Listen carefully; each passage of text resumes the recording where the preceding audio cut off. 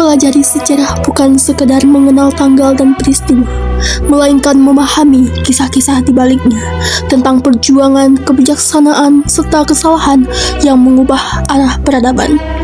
Pendalaman sejarah mengajak kita untuk melihat masa lalu dengan lebih kritis, menyelami pengalaman manusia yang penuh dengan makna dan pembelajaran.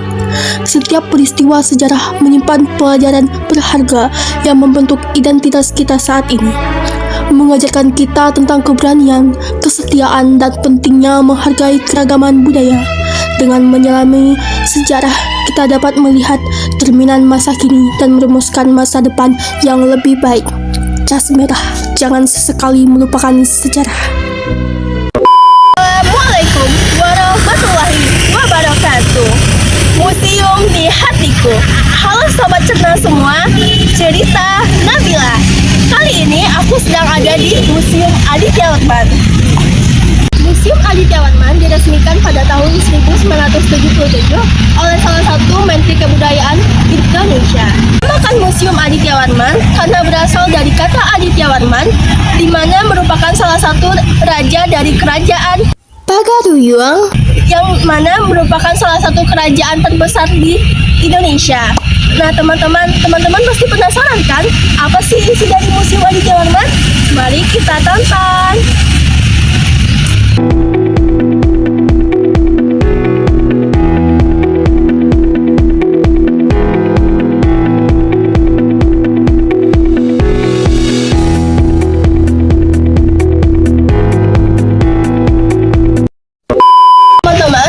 Di depan Museum Aditya Warman terdapat patung berwarna putih dan juga hitam ini. Patung tersebut melambangkan sebuah kejadian pada tanggal 9 Maret 1950. Apa sih kejadiannya? Kejadiannya tersebut adalah di mana Kota Padang yang sebelumnya merupakan bagian dari Republik Indonesia Serikat telah bergabung ke dalam Republik Indonesia. Nah, di sana juga telah terpajang dari kepanjangan Padang itu sendiri. Museum Aditya Warman terletak di Kota Padang, Sumatera Barat, Indonesia. Tepatnya di Jalan Diponegoro nomor 10, Kecamatan Padang Barat. Museum ini sering disebut sebagai Taman Mininya Sumatera Barat karena memamerkan koleksi budaya dan sejarah Minangkabau serta daerah lain di Sumatera Barat. Teman-teman semua, inilah Museum Aditya Warman. Di mana di depan Museum Aditya Warman terdapat dua lumbung padi, yaitu di sisi kanan dan juga di sisi kiri.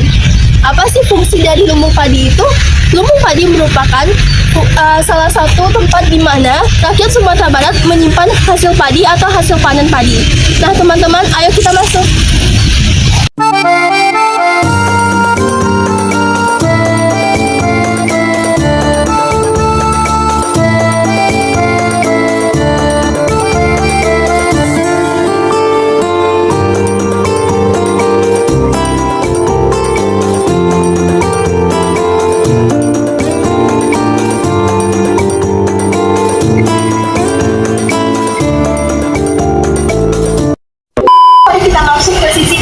Museum Aditya Warman. Di sini ada papan informasi berupa pengertian suatu ilmu atau suatu gambar. Yang pertama ada prasasti. Prasasti dianggap sebagai sumber sejarah terpenting yang dapat memberikan kronologi suatu peristiwa. Prasasti ditulis pada bahan yang tahan lama, seperti logam dan batu. Teman-teman, mari kita kunjungi bagian yang lainnya.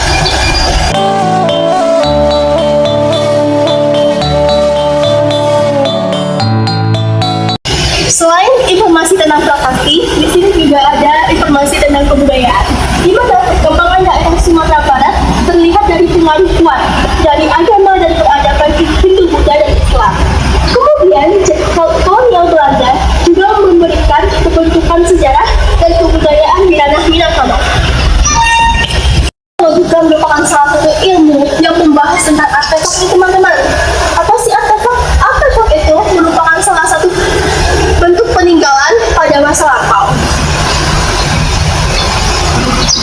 Yang pertama ada patung batu, yang kedua sapak longgong, juga ada batu Sumatera. Teman-teman yang berasal dari mancanegara berupa Malaysia atau negara lainnya yang menggunakan sebagai bahasa nomor satu atau bahasa nasionalnya, bisa nih ke Museum Aditya Warman. Pada Museum Aditya Warman menggunakan salah satu bahasa Inggris untuk sebagai papan informasi. Juga ada arkeologika lainnya, berupa Arca Dewi Tirga, Arca Dhyani Buddha, patung biksu, dan juga patung. Teman-teman semua, selain peninggalan pada masa lampau, di sini juga ada salah satu contoh tradisi atau adat istiadat yang ada di Minangkabau, berupa bentuk dari pesta pernikahan.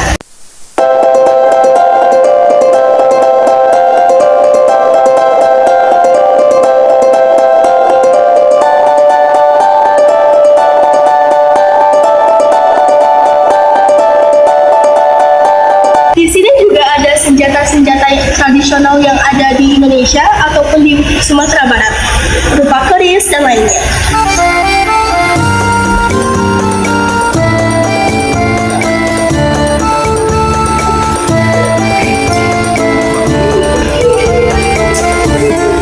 Teman-teman, di sini juga ada bentuk dari filologi, di mana ada Husnul Al-Fahmi, Azimat, cerita rancak di Labuah, dan juga kitab fikih. Mari kita baca, kita baca. Aduh, aku nggak bisa baca, teman-teman. Teman-teman bisa baca. Komen di kolom komentar ya. Di sini juga ada salah satu kebudayaan yang ada di Sumatera Barat, berupa pakaian kepala atau penutup kepala untuk anak laki-laki atau perawat lainnya.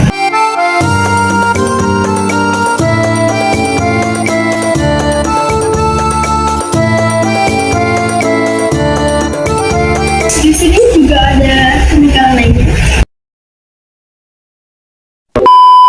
Teman-teman, tidak hanya kebudayaan yang berasal dari sebelum kemerdekaan Indonesia, di sini juga membahas adanya peninggalan di dalam rangka kemerdekaan atau dalam era kemerdekaan Indonesia. Yakninya terkenal suatu perang, yakni perang Pati. Apa sih perang Pati itu?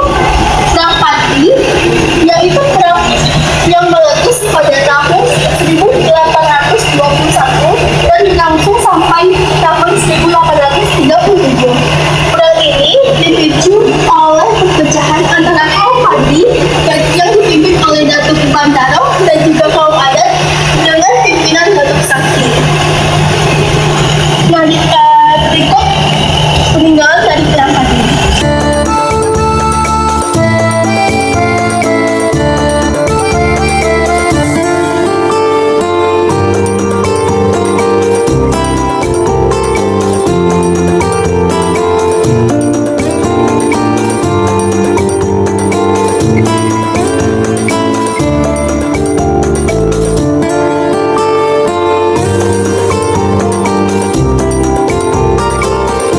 Semua di sini juga dibahas bahwasannya masyarakat Minangkabau berasal dari daratan Asia, daerah Indochina. Migrasi pertama 2000 sebelum Masehi disebut dengan Proto-Malayan atau Melayu tua. Teman-teman pasti tahu kan, karena ini sudah dibahas di dalam kurikulum kelas 9 SMP. Nah, tapi Proto-Malayan itu mereka bermigrasi nih dari Indochina pada 2000 sebelum Masehi dan Proto-Malayan 500 sebelum Masehi. Masuk dari arah Pandai Timur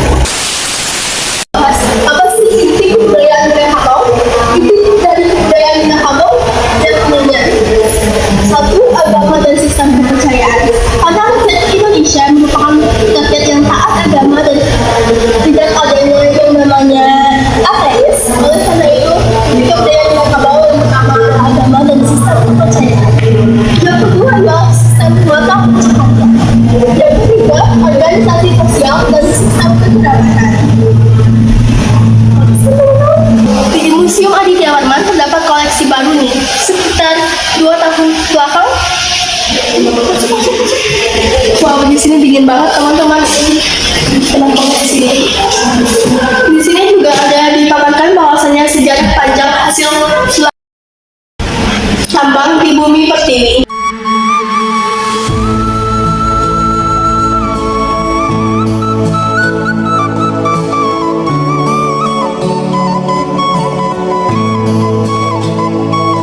Berikut contoh-contoh perhiasan yang ada di Sumatera Barat atau di Minangkabau yang biasa dipakai oleh bunda kandang. Bagus sekali ya teman-teman. Karena salah satu hasil tambang dari Sumatera Barat berupa emas, maka kebanyakan bunda kandang memakai emas.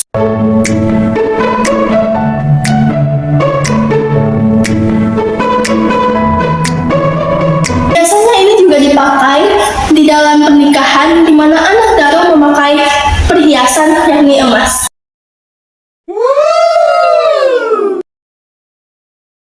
Serius teman, ini cuacanya enak banget. Jadi rekomendasi banget buat teman-teman kesini. Enak banget ini. Aku suka hawanya teman-teman. Nah ini juga ada beberapa contoh suntian.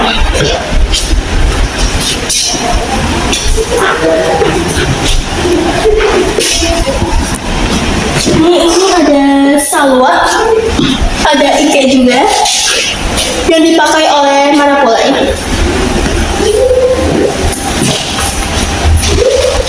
Nah ini pasti teman-teman sering melihat kan, namanya itu galang. Galang itu biasa dipakai oleh anak daro pada saat nikah. Sudah teman-teman. Juga ada galang.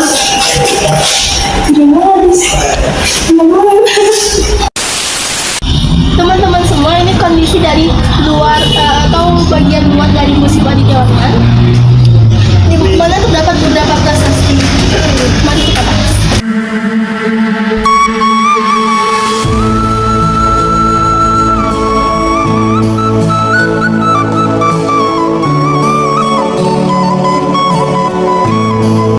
Sobat cerna semua, di sini ada Arca Bhairawa. Arca Bhairawa merupakan salah satu contoh dari peninggalan pada zaman kerajaan Pagaruyung. Arca ini ditemukan di situs Padang Laco. Mungkin ini replikanya saja, tapi ini telah melambangkan arca sebenarnya. Di sini juga ada tergambar tengkorak-tengkorak. Tengkorak-tengkorak ini melambangkan bahwasannya raja-raja pada kerajaan Pagaruyung menganggap bahwasannya kematian merupakan salah satu langkah menuju pencerahan. Teman-teman semua, di sini ada prasasti Sadwaso-1, di mana prasasti Sadwaso-1 melambangkan aturan-aturan yang ada pada zaman kerajaan tersebut. Teman-teman semua, di sini juga ada contoh replika atau sebuah maket dari Candi Borobudur, yakni candi yang masuk ke keajaiban dunia dahulunya. Dan juga ada Candi Prambanan. Aku pernah mengunjungi kedua candi tersebut dan itu benar-benar bagus banget teman-teman. Jadi aku rekomendasi kepada teman-teman semua untuk datang ke kedua candi tersebut demi untuk merasakan gimana sih rasanya di depan zaman dahulu.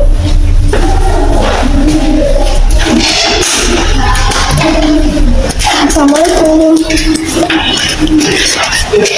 Nah, di sini ada peta kesertakan.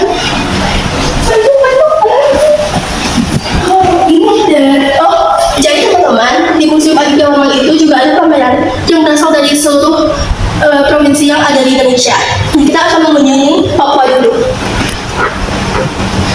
Di Papua ini, pisau atau belati tulang kasuari koleksi umum yang digunakan oleh berbagai suku di bumi cendrawasih.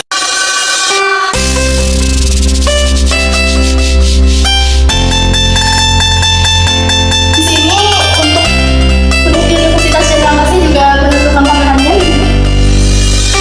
Ini bagus sekali ya. Di sini ada kebudayaan dari Maluku atau koleksi dari Museum di Maluku. Yakni Museum Simalima. Ini ada Mamasa. Apa itu ya? Ini dari Sulawesi Tenggara, di mana museum di sana juga menampilkan koleksinya di Museum Aditya Warman. Sini lagi. Oh, lucu sekali. Ini dari salah satu penampilan koleksi Museum Nadi Sulawesi Selatan. Dan ininya lebih berfokus kepada masyarakat Toraja. Ini koleksi dari Jawa Timur.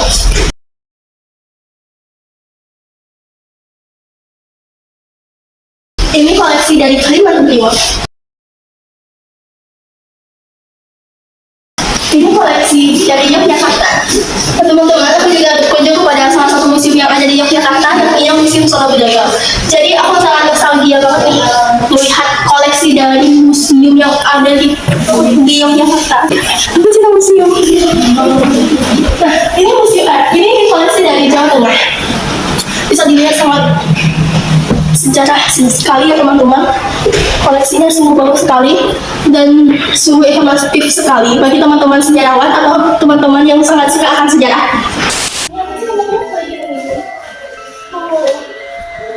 Ini kayak lebih sih teman-teman.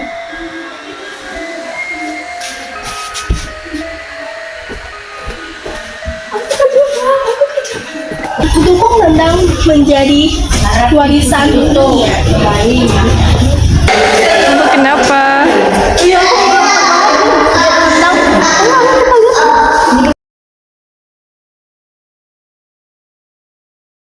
Teman-teman semua, di sini ada contoh bahan bakar Rendang telah menjadi masakan yang harus ada di rumah-rumah perempuan Minangkabau. Karena rendang merupakan bahan masakan yang ikonik untuk makanan terlezat nomor satu di dunia versi CNN. Aku bangga banget sih sebagai anak Minangkabau nih. Kalau misalnya makanan kita merupakan makanan terlezat nomor satu sedunia. Karena mandunya ini daun kunyit teman-teman pasti tahu lah. Kuas, ini jahe, bawang putih, bawang merah, cabai, teman-teman pasti pengen tahu kan kenapa sih Indonesia yang harus dijajah dahulunya, kenapa negara lain tidak, kenapa mereka tuh nggak pilih negara lain? Karena inilah alasannya. Bumbu-bumbu atau rempah-rempah Minangkabau atau provinsi lainnya merupakan salah satu keperluan yang harus ada pada masyarakat Eropa, baik untuk memasak maupun sebagai penghangat suhu tubuh, karena masyarakat Eropa cenderung beriklim subtropis atau 4 musim. Kami di sini ada salah satu pengunjung dari Museum Aditya Warman. Dengan kakak siapa? Anggun. Iya, dengan kakak Anggun. Nah, kakak selama di Museum Aditya Warman, apa sih kesannya kak terhadap museum? Boleh tolong disampaikan? Oke, terima kasih. Sebelumnya ini kali pertama saya datang ke sini, kebetulan juga sama teman-teman kelas karena ada kuliah. Jadi untuk kesan-kesannya sendiri di sini, pertama kali masuk di sana tadi ada banyak hiasan kepala, pokoknya hiasan orang Minangkabau, baju adat. Jadi perasaan kayak wah, ini kayak impresif banget gitu loh. Sementara di zaman modern ini kan kita udah jarang ya yang kayak gitu. Jadi dengan saya datang ke museum ini saya bisa lihat gitu loh. Oh jadi di zaman dulu ini kayak mewah banget kan kesannya, walaupun zamannya belum canggih sekarang, dia udah mewah, orang tuh bergelang, ada ikat pinggangnya juga dari emas kan, terus ada suntiang, mahkota apa segala macem, itu kayak wah aja gitu perasaannya. Makasih ya kak. Gimana sih pesan kakak untuk museum kedepannya? Untuk museum ini sendiri kita bisa lihat ya, di museum ini nih kayak sepi banget. Untuk mungkin museum ini bisa lebih mempromosikan dirinya kepada kaula muda agar lebih sering dikunjungi, lebih ramai, juga untuk generasi kita itu agar lebih mengetahui gitu loh budaya-budaya kita. Di sini juga kita bisa lihat senjata-senjata ya dari seluruh Indonesia. Jadi untuk teman-teman semuanya silakan kunjungi Museum Aditya Warman ya. Itu juga di depannya ada taman buat kita baca-baca, lari juga bisa kan. Ya, terima kasih ya teman-teman. Oke teman-teman semua, bagaimana bagus tidak? Komen di bawah. Nah teman-teman, mungkin itu saja yang bisa kami sampaikan atau saya sampaikan di dalam video itu. Bagi teman-teman yang penasaran akan Museum Aditya Warman, bisa banget ke museumnya sendiri yang ada di... Oke teman-teman, sekian dari saya. Mohon maaf bila ada kesalahan. Terima kasih atas segala perhatian. Sampai jumpa teman-teman.